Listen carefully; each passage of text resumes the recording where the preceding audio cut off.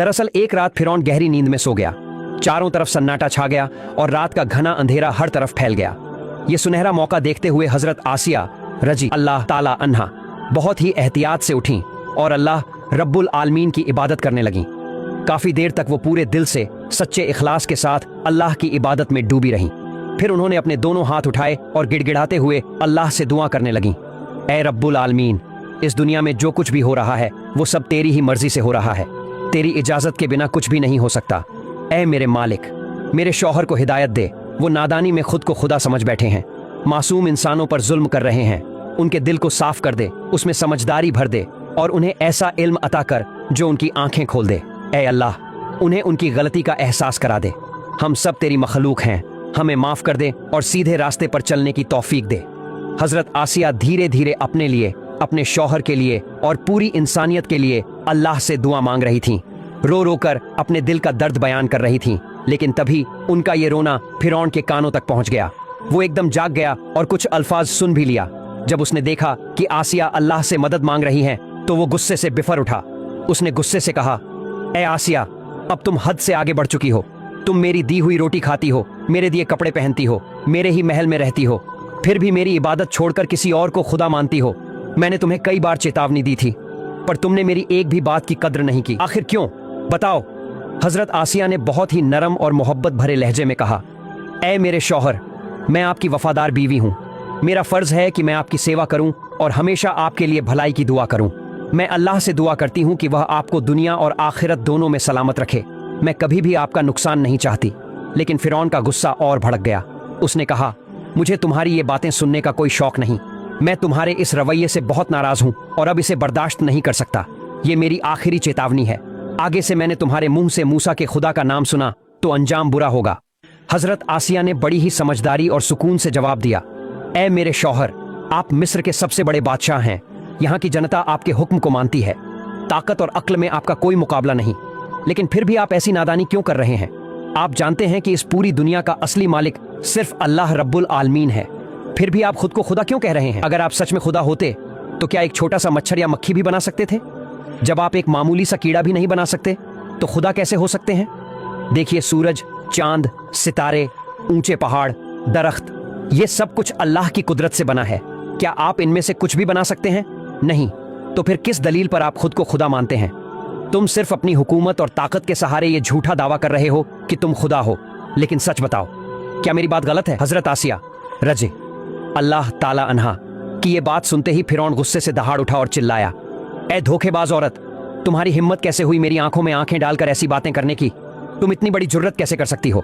मुझसे सवाल कर रही हो? क्या तुम्हें नहीं पता मेरा कानून कितना सख्त और बेरहम है? अब मुझे सब समझ आ गया है। तुम और मूसा दोनों मेरे खिलाफ साजिश कर रहे हो। तुम दोनों का मकसद एक ही है, मुझे खुदा मानने से इनकार करना। तुम मेरी बीवी होकर मेरे कानून को ठुकरा रही हो, मेरी तौहीन कर रही हो। तुम्हारा अंजाम बहुत ही भयानक होगा। अब तुम्हारे पास बचने का कोई रास्ता नहीं है। कान खोलकर सुन लो, जो मेरे खिलाफ साजिश करता है उसकी सिर्फ एक ही सजा होती है, मौत। यह कहकर फिरौन गुस्से में वहां से चला गया। लेकिन उसी दौरान एक अहम घटना घटी। हजरत मूसा अलैहिस्सलाम ने फिरौन के बावर्ची काबू को कत्ल कर दिया और मदियन की तरफ रवाना हो गए। जब फिरौन को इस बारे में पता चला तो उसने मूसा को हर जगह ढूंढने का हुक्म दिया। लेकिन लाख कोशिशों के बावजूद भी वो नहीं मिला। फिरौन परेशान और बेचैन हो गया।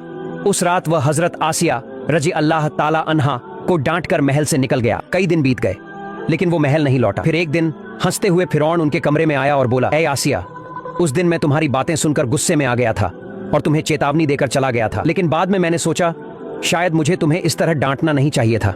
मैं शर्मिंदा हूँ और दुखी भी। हजरत आसिया ने बड़ी नरमी से कहा, ऐ मेरे जान के शौहर, इसमें शर्मिंदा होने की कोई बात नहीं है। आप मेरे शौहर हैं और मुझे डांटने का हक सिर्फ आपको है। लेकिन मैं ये जरूर कहना चाहती हूँ कि मेरे ईमान और मेरे उसूल को कोई भी धमकी हिला नहीं सकती। मैं मौत से नहीं डरती क्योंकि मेरा सहारा सिर्फ अल्लाह रब्बुल आलमीन है।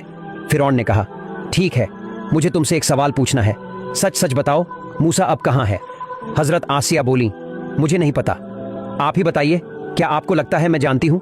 क्या मूसा को कोई परेशानी है? फिरौन बोला, नहीं नहीं, मेरी या मेरी फौज की तरफ से उसे कोई परेशानी नहीं है, लेकिन वो कई दिनों से कहीं मिल नहीं रहा है। हजरत आसिया ने कहा, देखिए, अब मूसा एक समझदार और बालिग इंसान बन चुके हैं। उनका इल्म और उनकी समझ बहुत बढ़ गई है। वो अच्छी तरह जानते हैं कि क्या सही है और क्या गलत। फिरौन ने पूछा, तो क्या तुम ये कहना चाहती हो कि अगर वो मुझसे मिलते तो क्या मैं उन्हें मार देता? हजरत आसिया ने बड़ी सादगी से जवाब दिया, ये तो आप ही बेहतर जानते हैं कि आप क्या करते। फिरौन बोला, मेरा सबसे बड़ा गम यही है कि तुम मेरी बीवी होकर भी मुझे खुदा मानने से इनकार कर रही हो। मिस्र के सारे लोग मुझे खुदा मानते हैं, लेकिन तुम अब तक मुझे खुदा नहीं मानती। मैं ही इस सरजमीन का बादशाह हूँ, मुझे ही हर जुल्म और इंसाफ का फैसला करना पड़ता है। कुछ दिन पहले मूसा ने मेरे बावर्ची काबू को कत्ल कर दिया और वहां से भाग गया। अगर मैंने उसका हिसाब नहीं किया तो मेरी कौम मेरे बारे में क्या सोचेगी? हजरत आसिया ने कहा, अगर मैं आपके इस सवाल का जवाब दूं तो क्या आप बता सकते हैं कि आपने अब तक कितने मासूम बनी इजराइल के बच्चों को कत्ल किया है? क्या आपने कभी अपने ही इस जुर्म का हिसाब किया है? आपने बस एक ज्योतिषी की बात पर यकीन करके हजारों मासूमों की जान ले ली। क्या यह जुल्म नहीं है? क्या इस जुल्म का कोई हिसाब नहीं होगा?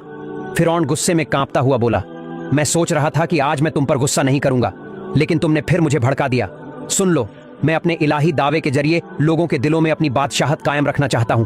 अब मैं आखिरी बार कह रहा हूं, मुझे खुदा मान लो, वरना अंजाम बहुत भयानक होगा।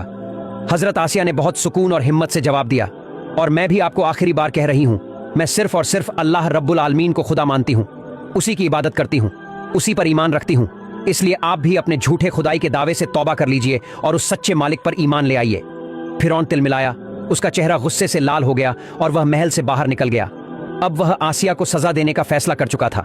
उसने अपने खास दोस्त और वजीर हामान को बुलवाया। कुछ ही देर में हामान हाजिर हुआ और कहा, क्या हुआ जहांपना, कोई नई मुसीबत? फिरौन ने गहरी आवाज में कहा, हामान, तू मेरा बचपन का दोस्त है, मेरी हर कामयाबी में तेरा हाथ है, लेकिन अब एक घरेलू मुसीबत आ खड़ी हुई है। मेरी बीवी आसिया मुझे खुदा मानने से इनकार कर रही है। मैंने उसे धमकाया, छोड़ा भी, पर वो अब भी रातों को अल्लाह से दुआएं मांगती है, रोती है, बुदबुदाती है, और अब तो मूसा को भी अपने रास्ते पर लगा लिया है। यह बात किसी को पता नहीं चलनी चाहिए। अब तू ही बता, इस बागी औरत का क्या किया जाए? हामान ने कहा, मेरी राय में बेगम साहिबा को कैद कर लिया जाए, और अगर कोई सवाल उठे तो आप ऐलान कर सकते हैं कि फिरौन का कानून सब पर बराबर चलता है। जो भी खिलाफ जाएगा, चाहे अपना हो या पराया, सजा पाएगा। फिरौन बोला, बिल्कुल, इससे दो फायदे होंगे। एक, लोग समझेंगे कि मैं इंसाफ पसंद हूं, और दूसरा, कैद में रहकर आसिया का ईमान कमजोर हो जाएगा और वह मजबूर होकर मुझे खुदा मानने लगेगी। अगले ही दिन हजरत आसिया और उनके बच्चों को कैद खाने में डाल दिया।